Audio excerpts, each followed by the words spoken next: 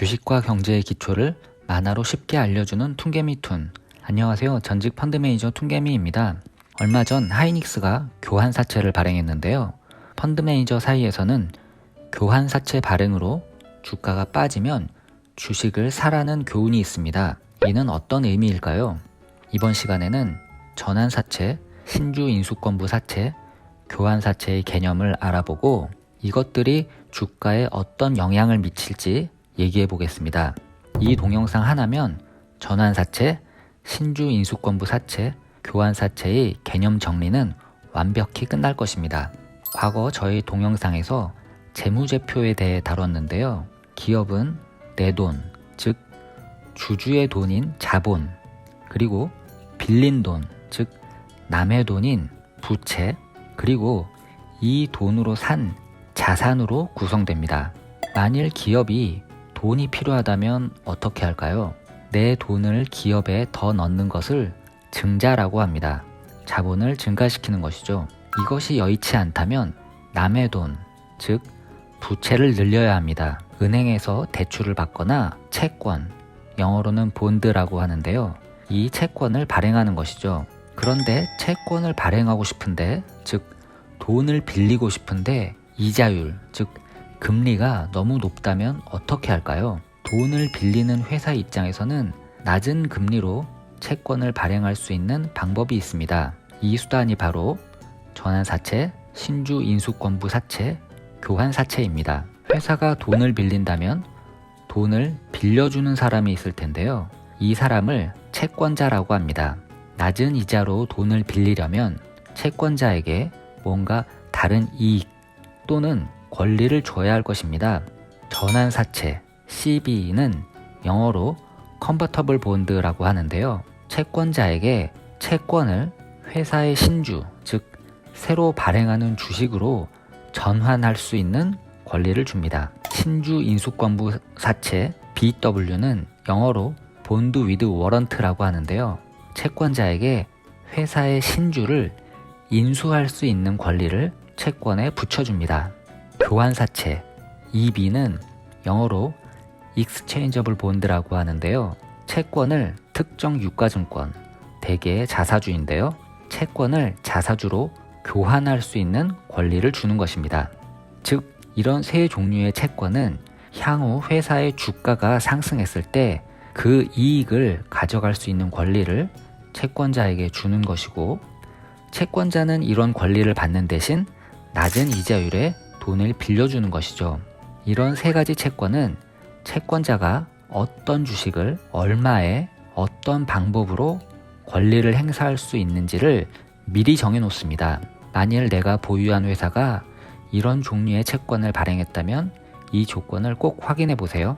하이닉스의 교환사채 예를 보면 채권자가 하이닉스의 자사주를 11만 1180원에 오는 5월 22일부터 채권을 자사주로 교환할 수 있는 권리를 가지게 됩니다. 따라서 7년 동안 돈을 빌려주는 채권임에도 불구하고 이자율이 1.75%로 낮은 것입니다. 자, 이제 이런 권리들이 회사에 어떤 영향을 미치는지 알아볼까요?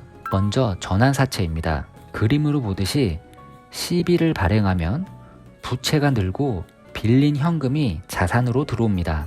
만일 주가가 올라서 전환권이 행사되면 신주를 발행했으니 자본이 증가하고 채권은 주식으로 전환됐으니 채권은 사라집니다. 결국에는 유상증자를 한 것과 똑같은 모습이 됩니다. 신주인수권부 사채를 발행하면 처음에는 CB와 똑같이 부채가 늘고 현금이 자산으로 들어오지만 신주인수권이 행사되면 신주가 발행되어 자본이 늘어나고 현금 유입이 또 발생합니다.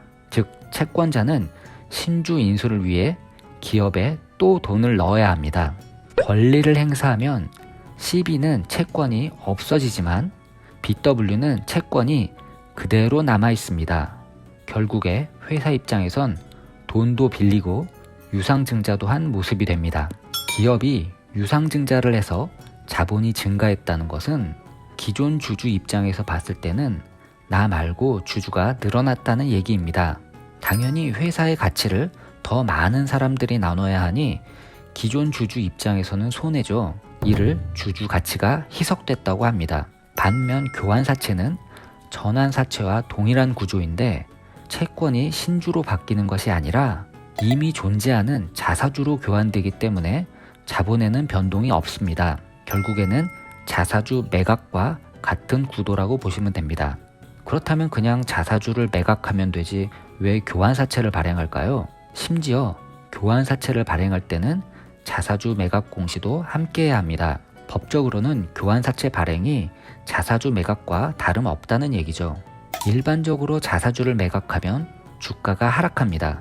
회사도 사람이 하는 일인데 자사주를 팔 때 가장 높은 가격에 팔고 싶겠죠. 따라서 회사가 자사주를 매각하면 시장 참여자들은 회사를 가장 잘 아는 회사 본인이 이 가격이 주가의 고점이라고 생각하는구나. 나도 팔까? 라고 받아들이게 됩니다. 따라서 자사주 매각은 대부분 악재로 반영하죠. 그러나 교환사채는 회사가 당장 돈이 필요하긴 한데 자사주를 지금 가격에 팔기는 아깝다는 생각을 했다는 뜻으로 받아들여집니다. 즉, 어떤 채권자가 그런 회사의 생각에 동의해서 EB를 사줬다, 즉 돈을 빌려줬다는 얘기죠. 하이닉스 EB를 자세히 보면 할증 발행했음을 알 수 있습니다. 무슨 말이냐면 발행 당시 하이닉스 주가는 87,200원이었지만 더 높은 가격인 111,180원에 자사주를 미리 판 것이라고 볼 수 있죠. 이 EB, 교환사채를 산 투자자는 하이닉스 주가가 언젠가는 11만원을 넘어갈 것이라 판단한 것입니다. 따라서 교환사채 발행으로 주가가 빠지면 주식을 사라는 교훈이 있는 것이죠. 정리해보면 전환사채, 신주 인수권부 사채가 발행되면 회사는 낮은 이자율로 돈을 빌릴 수 있지만 기존 주주는 결국 권리가 희석됨으로써 주가에는 악재라고 볼 수 있습니다.